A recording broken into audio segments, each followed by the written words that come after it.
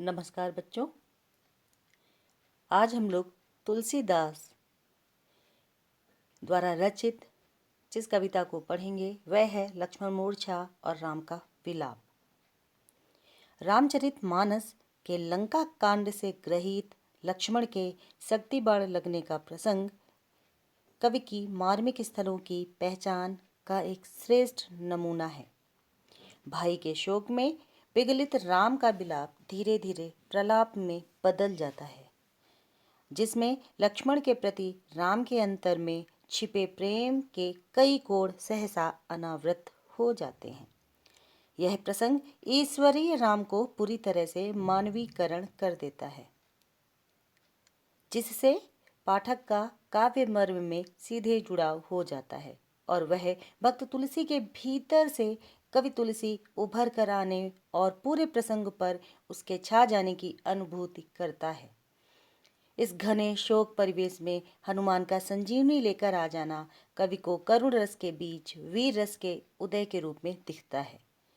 यह उपमा अद्भुत है और काव्यगत करुण प्रसंग को जीवन के मंगल विकास की ओर ले जाती है। तो आइए पढ़ते हैं ये लक्ष्मण मूर्छा और राम का विलाप पाठ। सर्वप्रथम एक दोहा प्रस्तुत है और यह दोहा हनुमान और भरत के बीच की कथा का वर्णन करता है। तब प्रताप उर राखि प्रभु, जहिहु नाथ तुरंत, अस कहि आयसु पाई पद, बंदी चले हनुमंत। भरत बाहुबल शील गुण, प्रभु पद प्रीति अपार, मन महु जात सराहत, पुनि पुनि पवन कुमार। संजीवनी को पर्वत सहित उठाकर लंका की ओर उड़ते हुए हनुमान को भरत ने आशंकावश अयोध्या के बाहर ही उतार लिया। हनुमान के लक्ष्मण के युद्ध में मूर्छित होने का समाचार जानकर भरत ने उनको बाड़ पर बिठाकर तुरंत ही भेजने का प्रस्ताव किया। तब हनुमान ने कहा, हे नाथ, आपका प्रताप हृदय में रखकर मैं शीघ्र ही चला जाऊंगा। यह कहकर भरत की आज्ञा पाकर उनकी चरण वंदना करके हनुमान जी वहां से चल दिए। हनुमान भरत के बाहुबल, उनके शील, स्वभाव, विनम्रता आदि गुण तथा राम के चरणों में उनके अपार प्रेम की मन ही मन प्रशंसा करते चले जाते हैं। वहीं दूसरी तरफ लक्ष्मण की मूर्छा पर राम कहते हैं, उहाँ राम लक्ष्मण निहारी, बोले बचन मनुज अनुसारी, अर्धरात गई कपि नहीं आयो, राम उठाई अनुज उर लायो। सकहु न दुखित देखि मोहि काहू, बंधु सदा तब मृदुल सुभाऊ। मम हित लागी तजेहु पितु माता, सहु विपिन हिम आतप बाता। वहां राम ने लक्ष्मण को देखा। उनको मूर्छित देखकर राम साधारण मनुष्य की तरह विलाप करने लगते हैं। आधी रात बीत चुकी है, हनुमान अभी तक संजीवनी लेकर वापस नहीं आए।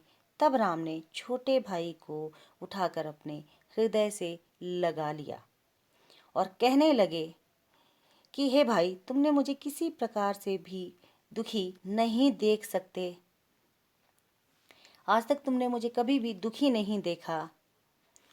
तुम्हारा स्वभाव अत्यंत कोमल था। तुमने मेरे हित के लिए ही अपने माता पिता को छोड़ा और वन में आकर बर्फीली सर्दी, धूप तथा आंधी तूफान को सहन किया। सो अनुराग कहाँ अब भाई, उठऊ न सुनी मम बच बिकलाई। जो जन त्यों बन बंधु बिछोहु, पितु बचन मन त्यों नहीं ओहु। सुत बित नारी भवन परिवारा, होई जाहि जग बारहि बारा। अस विचार जिय जागहु ताता, मिलहि न जगत सहोदर भ्राता। कहने लगे राम कि हे भाई, तुम्हारा वह प्रेम कहाँ गया? तुम मुझको व्याकुलतावश इस प्रकार विलाप करते हुए सुनकर भी उठ क्यों नहीं बैठते? यदि मुझे पता होता कि वन में मेरा भाई से बिछुड़न होगा, मेरा भाई मुझसे बिछड़ जाएगा, तो मैं पिता के आदेश का पालन कभी नहीं करता। पुत्र, धन, पत्नी, मकान तथा परिवार मनुष्य को संसार में बार बार प्राप्त हो जाते हैं, किंतु सहोदर भाई पुनः नहीं मिलता। हे भाई, यह सोचकर तुम जाग क्यों नहीं जाते? जथा पंख बिनु खग अति दीना, मन बिनु फनि करिबर कर हीना। अस मम जीवन बंधु बिनु तोहि, जो जड़ दैव जियावे मोहि। जइहं अवध कवन मुँह लाई, नार हेतु प्रिय भाई गवाई। बरु अप जस सहतेव जग माही, नारी हान विशेष क्षति नाही। राम विलाप करते हुए कहते हैं कि हे भाई लक्ष्मण, इस संसार में पुत्र, धन, पत्नी, मकान और परिवार बार बार मिलते हैं और बिछड़ते हैं, परंतु सहोदर भाई एक बार बिछड़ने पर पुनः नहीं मिलता। यह बात मन में सोचकर तुम जाग क्यों नहीं जाते? जिस प्रकार पंखों के न रहने से पक्षी और मणि के न रहने से सर्प तथा सूर्ण के नष्ट हो जाने पर हाथी शक्तिहीन हो जाता है, दयनीय हो जाता है, इसी प्रकार यदि दुर्भाग्यवश मुझे जीवित भी रहना पड़ा तो मेरा जीवन तुम्हारे बिना ऐसे ही दयनीय हो जाएगा। लोग मेरी निंदा करेंगे और कहेंगे कि राम ने पत्नी के लिए प्यारे भाई को गंवा दिया। मैं अयोध्या क्या मुंह लेकर लौटूंगा? इससे तो अच्छा था कि मैं स्त्री के अपहरण का अपयश सहन कर लेता, क्योंकि संसार में पत्नी की हानि को विशेष हानि नहीं बताया गया है। अब अपलोक शोक सुत तोरा, सहई निठुर कठोर हुर मोरा। निज जननी के एक कुमारा, तात तास तुम प्राण आधारा। सौ पैसी मोहि तुम्हें गई पानी, सब विधि सुखद परम हित जानी। उत्तर काह देहूं तो ही जाई, उठ किनु मोह सिखावहूं भाई। लक्ष्मण के मूर्छाग्रस्त होने पर विलाप करते हुए राम कहते हैं कि हे पुत्र, अब पत्नी के अपहरण का अपयश तथा तुम्हारे बिछड़ने का यह शोक दोनों ही मेरे इस निष्ठुर और कठोर हृदय को सहने होंगे। तुम अपनी माता के एकमात्र पुत्र थे, हे भाई, तुम उसके प्राणों के आधार थे। सब प्रकार से सुखदाई तथा परम हितैषी जानकर उसने तुम्हारा हाथ पकड़कर मेरे हाथ में दे दिया था। अब मैं जाकर उसको क्या उत्तर दूंगा? हे भाई, उठकर तुम मुझे यह समझाते क्यों नहीं?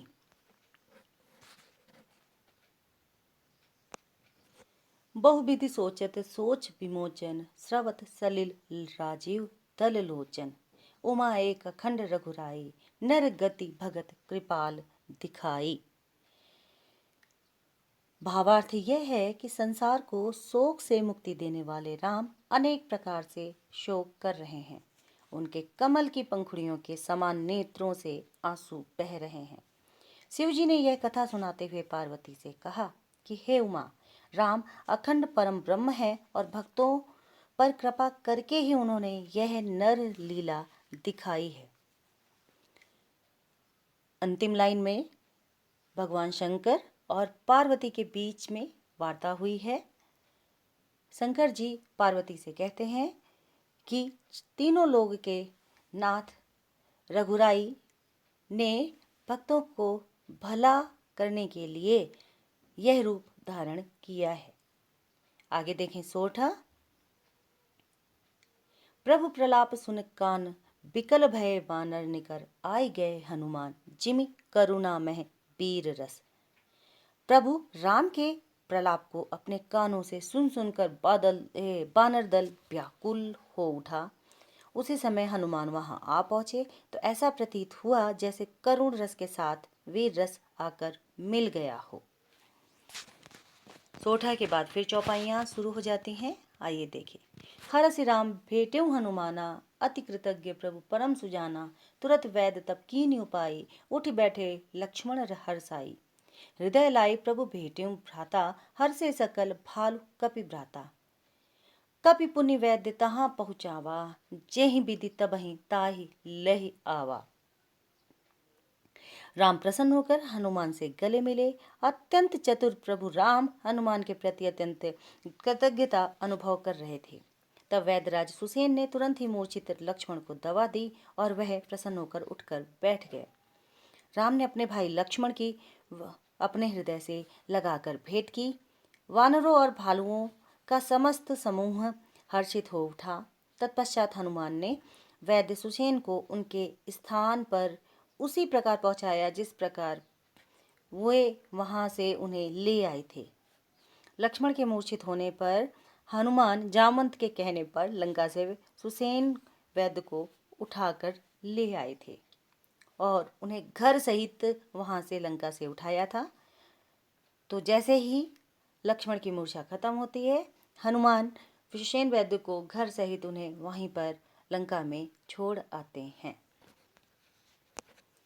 यह वृत्तांत दसानन सुनयु, अति विषाद पुनि पुनि सुर सिर धुनयु, व्याकुल कुंभकर्ण पहियावा, विविध जतन करी ताहि जगावा, जागा निश्चर देखिए कैसा, मानव काल देह धर वैसा।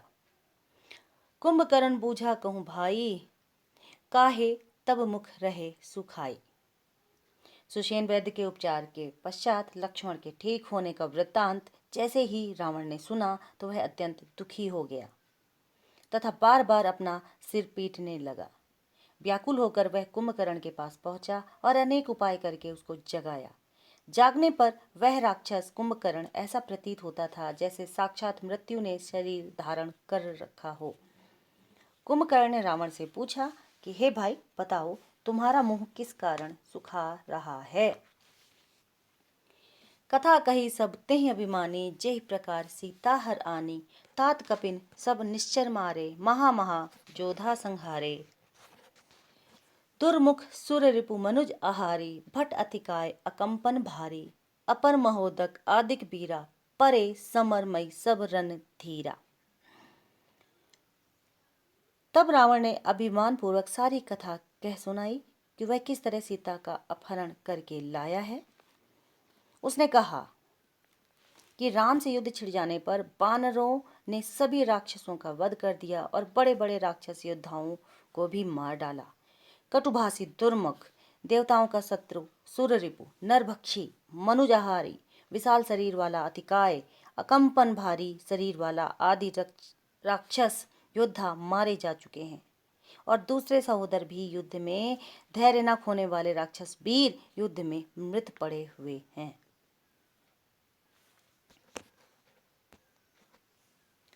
सुनि दुष्कंदर वचन तब, कुंभकर्ण बिलखान, जगदम्बा हरियान अब सठ चाहत कल्याण।